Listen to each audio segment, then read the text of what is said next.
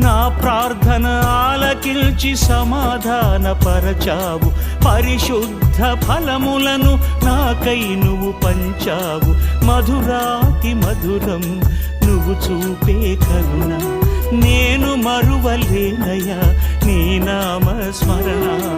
ఎవరున్నారు నాకిలలో యేసయ్య, నీవే నా తోడు నీడవైనావయ్యా.